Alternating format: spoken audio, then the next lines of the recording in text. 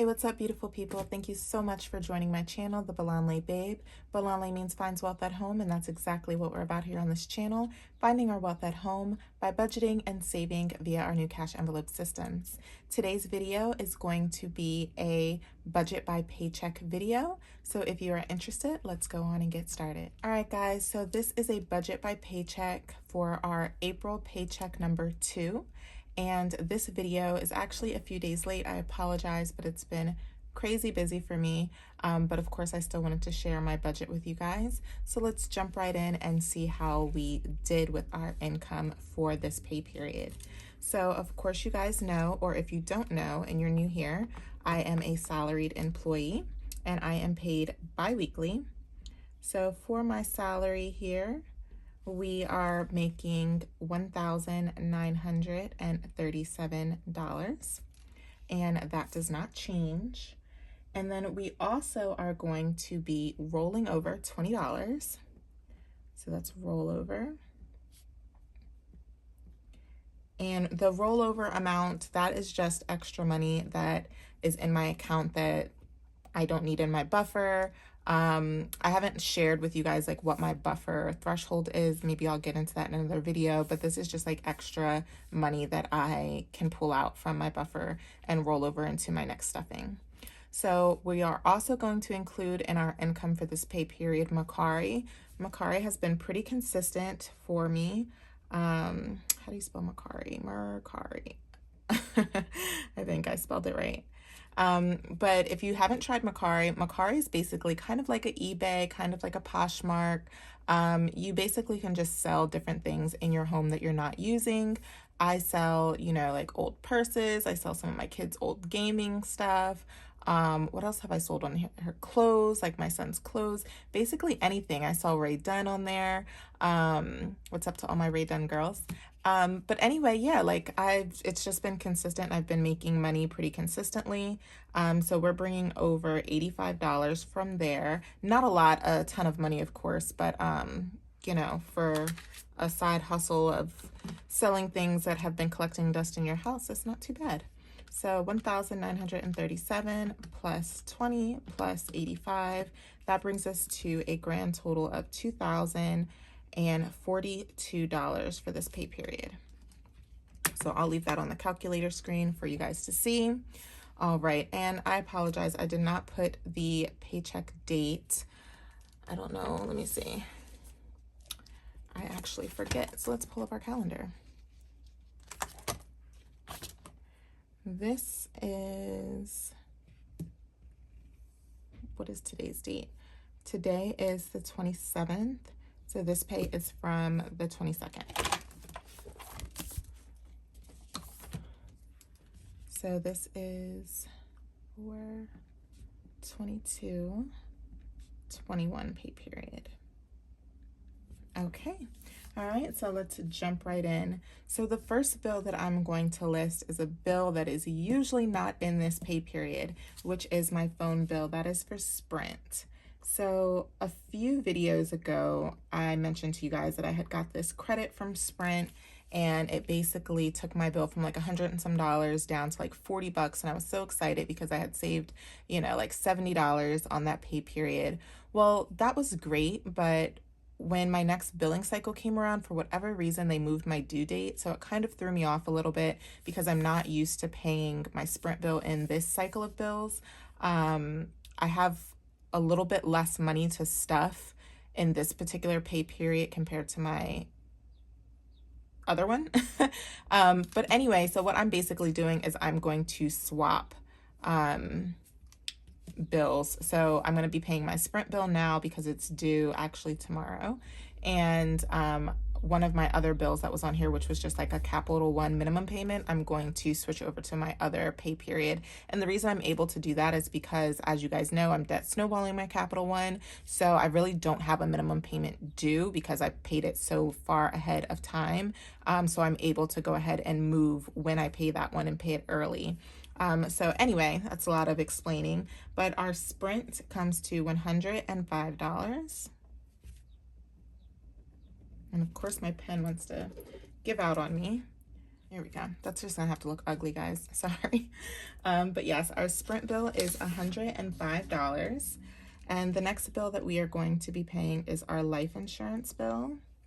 And that is a total of $43. Then we have our car insurance. So car insurance, I pay the car insurance for both myself and my husband's vehicle. And that comes to a total of $202. So then we have our USAA loan.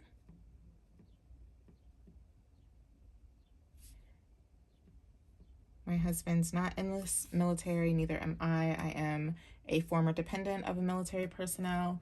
And so, of course, if you know anything about that, you can utilize the military banks and things of that sort once you've been a dependent or a spouse of a dependent or a spouse of an active person. You get the drift. But our USAA loan is $300. And then we have Canva.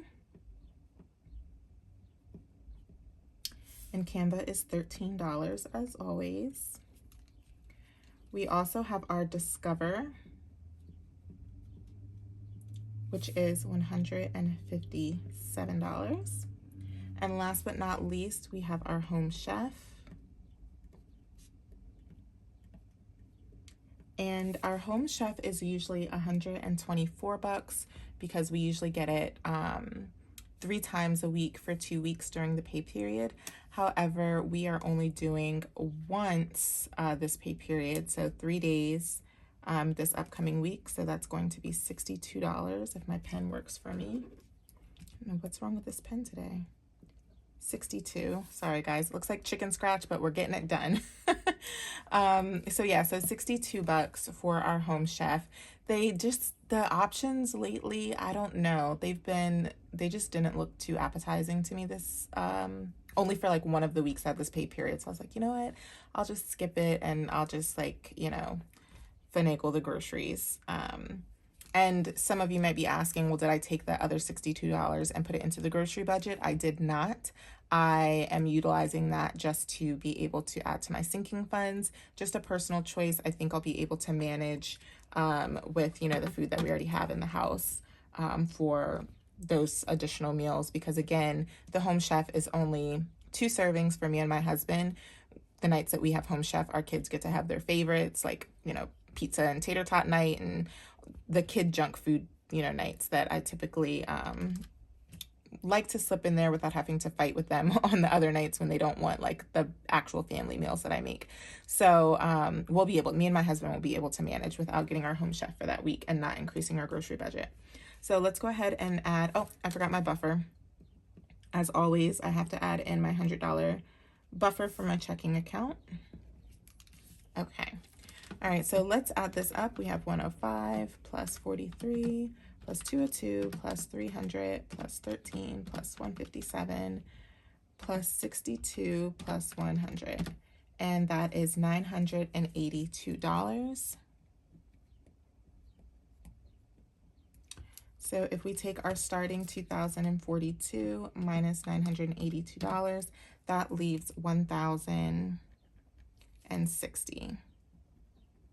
I'm over this pen. I'll be right back, guys. Okay, tossing that to the side. $1,060 is what we have left over here. So now we're going to come down here to our cash envelopes, and we have grocery. And if you did not watch my last budget video, I did increase my grocery from $150 to $160 now. And then we have our home.